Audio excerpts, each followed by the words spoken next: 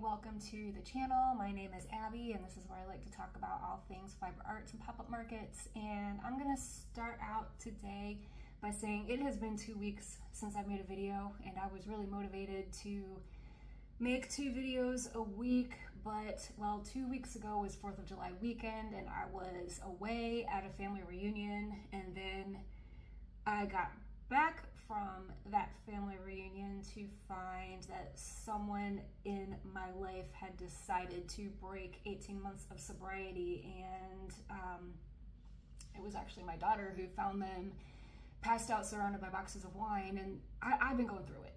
So without going into detail here in the video, because that is not why you tuned in, that issue is not why you're watching this, but I've been going through it. I actually recorded a video last week. I never edited it, never did anything with it, but I'm back, and so things are getting better. I also have been going through this all summer long. My employment contract ends at the end of the month, and I do have an interview on Monday, but it's just, I was very optimistic all summer long that I would find something, and I still don't know where I'm gonna land, and I'm gonna run out of health insurance in 2 weeks, because this is the only country in the world where your health benefits are tied to your employment. I'm not going to get political today because I'm here to talk about the stuff that I made, but before I get into that, I did do a market last week, and I ended up just coming back from that very discouraged, and even if I don't sell a lot, I don't tend to get discouraged, but last week I did, because it was an event at a brewery, and I had done one at a different location of the same brewery, and it was fantastic. I mean, just like non-stop sales for hours. I made almost $600, which was way more than what I would normally sell at a market. And I was so excited to do another one at a different location, but this one was awful. And even the staff, when the staff was taking breaks and coming around to check out the vendors, they were like, yeah, this event is really lackluster today. But it was, and I know it's July in North Carolina, so to me to say it was hot is kind of a silly thing to say. Like, of course it was hot, but it was really hot, and the tents were set up like on this field, which I think was just too far away from the beer, and the beer was in a nice cool area, and it just wasn't set up in a kind of welcoming way that people would want to like take their beers and then go out and check out the tents. That was one problem. Second of all, there has to have been 4 crochet vendors there, including one directly across from me who gave me the stink eye the whole time. And I mean, she might be wondering if I was doing the same thing. I just seemed a little like, oh, she's not too happy that I'm here, and I didn't even go over there and talk to her. I just kind of got that vibe, but maybe she felt the same way about me, I don't know. But then at the other end, there were at least 2 other crochet vendors selling very similar stuff, and even like 2 tents down was a guy and his son selling lemonade, and man, he was hustling. He was stopping every single person that stopped by, and he had this like mister station so people could cool off. And he was also very loud, so I could hear every word. But even he had someone directly across from him selling lemonade. And I'm like, really? Like, I can't believe it was the same marketing team that did the prior event, where there was one other crochet vendor there, but she was very far away from me and very different stuff. And I would rather just pay the jury fee and then to be told, like, you know, you didn't make the cut, we're gonna pick a different crochet vendor, than to pay the money and set up and go through all that energy and go just to find out there are 3 other people there selling the exact same stuff as I am. That is just my little soapbox, because when I applied, it was like, okay, it's a $40 application fee whether you are accepted or not, and I think they just accept everybody. But then why are you putting people selling the same stuff right across from each other? But I ended up, so I think I paid $90, and with a $40 vendor fee. This event was supposed to go until 8, but by 6, everybody just started packing up. And there wasn't even anybody there to stop us. Like there was just no supervision, no support, nothing. And it was on the grass. and at some point ants were crawling all over me, and I have this basket that I put plushies in sometimes. I had actually emptied out the basket, put the basket on the floor, on the ground, and put my feet up on the basket and elevated a little so that ants would stop biting my feet. Like, it was just bad. And then combined with the stuff going on at the house, I just really did not have it in me to finish that video. But 5 minutes in, here I am. I'm actually going to start talking about the stuff that I made this week. Now, piggybacking on the ants crawling all over me last weekend, I had for a long time wanted to make a rug for my tent, and not just to put on the grass so ants don't bite me, but I just think that adds like a little nice special touch. I'm not done, but I'm going to show it to you. It's just classic granny square, and this is as far as I am, but it is going to stretch quite a bit. I think it's beautiful.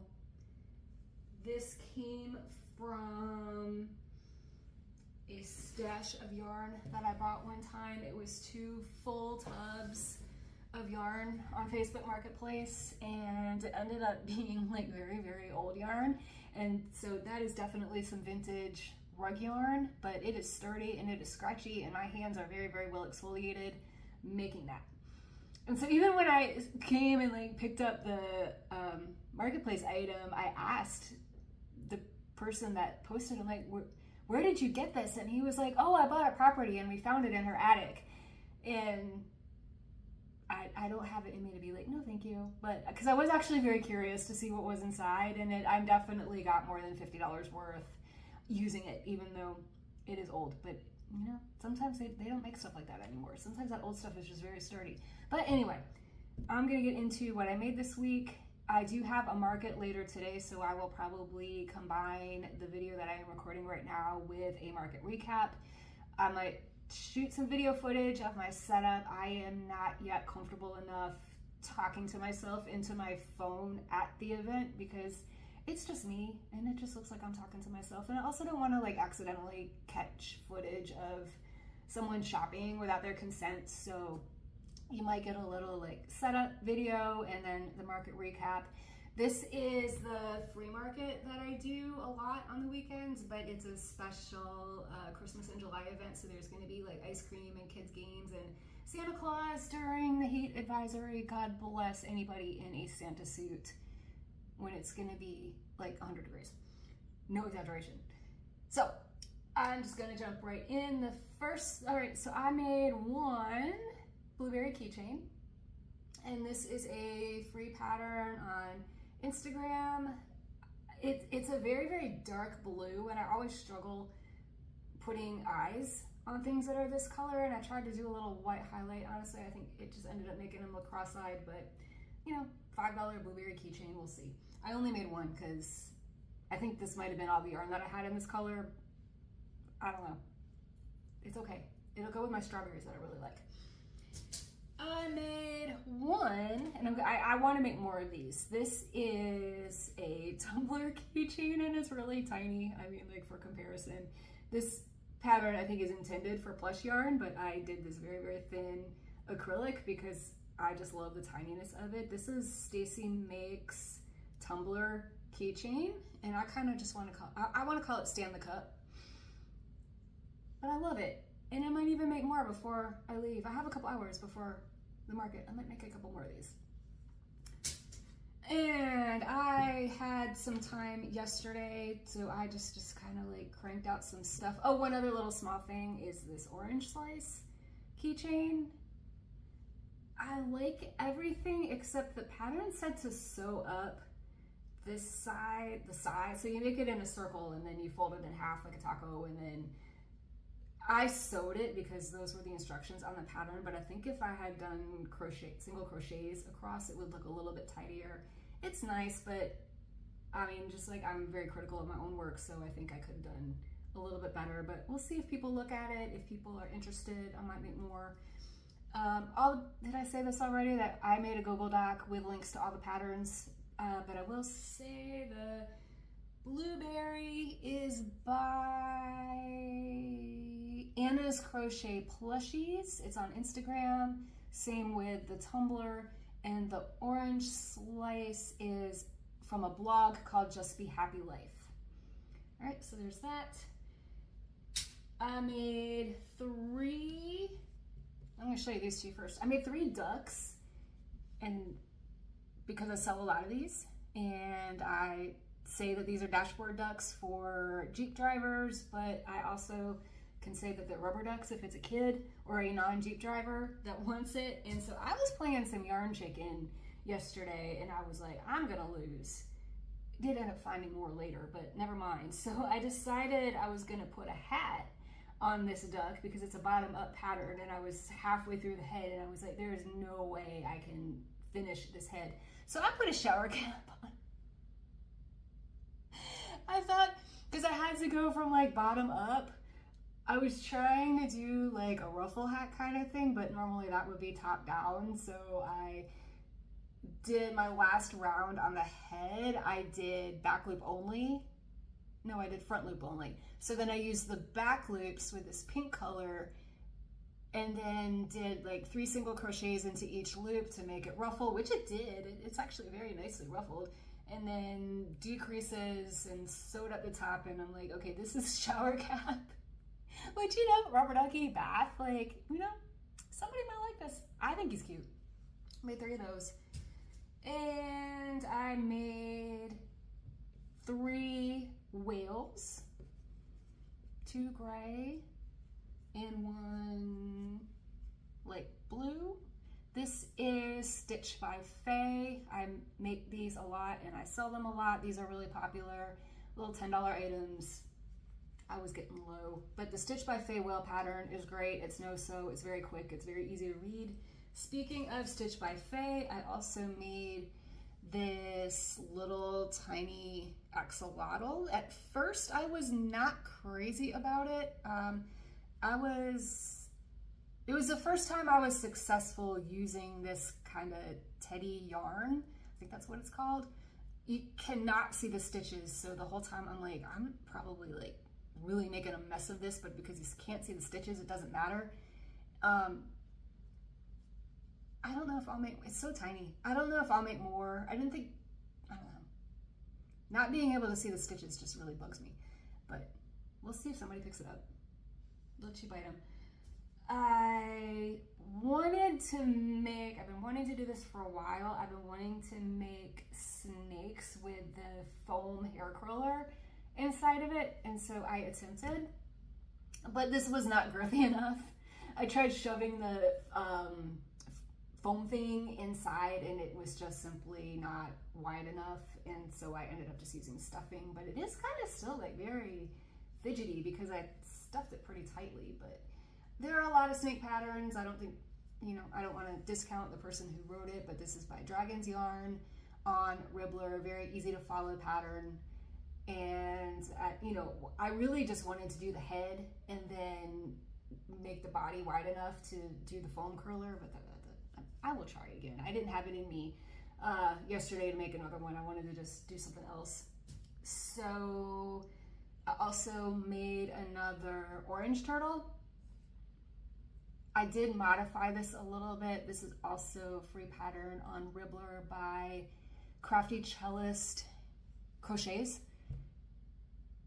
To win Yarn Chicken, this is supposed to be like a ruffle thing. So you do the orange shell, and then you do a stripe of white, and then you go back to the orange or whatever color that you're making your citrus. But this is supposed to be ruffly, which I did not do because I was gonna run out of yarn, so I just did it like this. But this is cute. It takes a little longer than it, you know, like this just looks really small.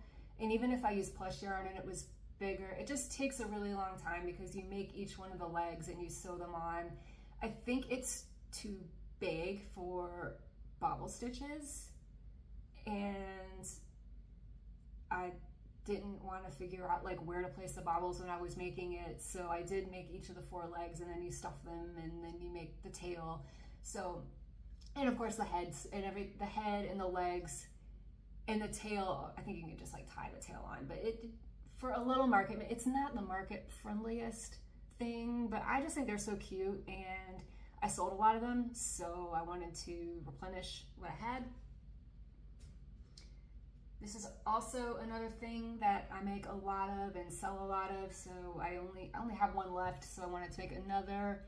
This is the, what is this called? Mini Kitty Fluff Ball by, I did not write down, I think it's also Dragon's Yarn. I hope so. I did not put it on my doc, but I will. Oh wait, it's tab still open. Squirrel, guys. It's La Amigurumia. That was my attempt at pronouncing Spanish. On Ribbler, very quick.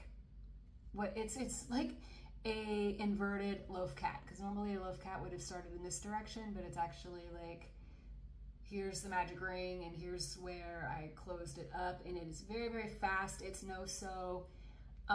You crochet in the ears and the tail. When I use plush yarn, it is quite a bit bigger, and a lot of people do pick them up, but this was just yarn that was in front of me, and so I decided to do it. Next is one dolphin that I made, and I love it. I want to make a bigger one. I keep saying that.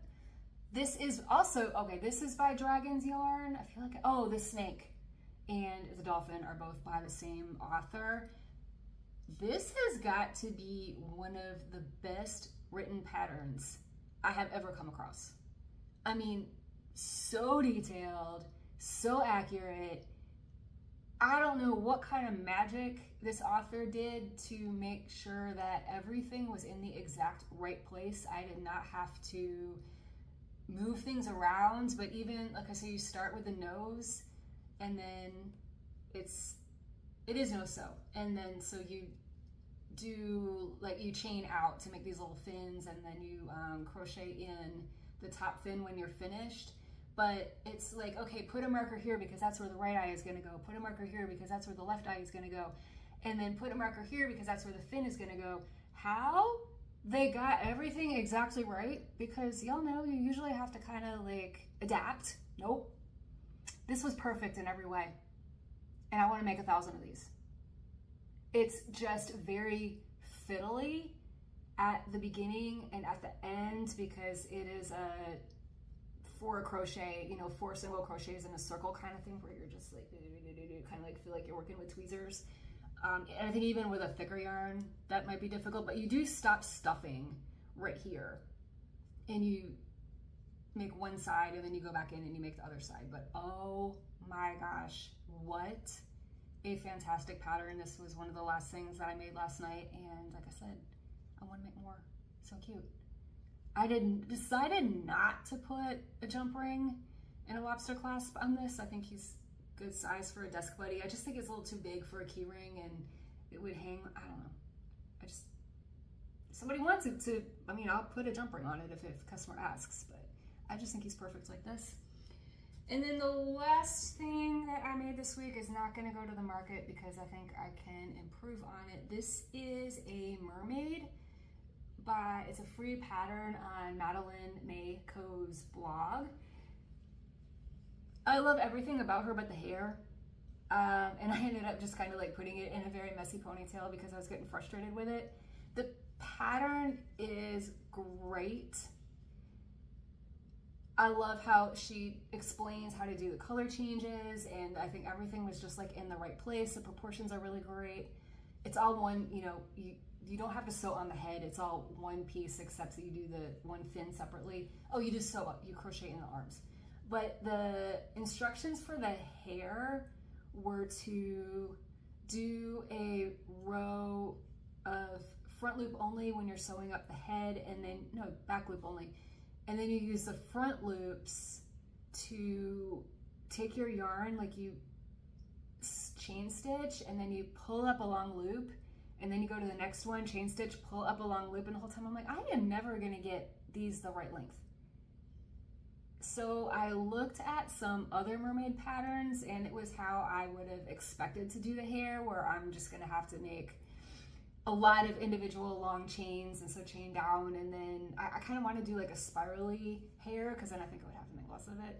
But she's not going to come to the market with me today, and I'm a little overwhelmed by how much work it is going to be to make a hair the way that I want it, and this is definitely not something that I could sell for $80, but I will finish it, just not today. So that's what I got for what I made this week. I will check in with you later, and thank you.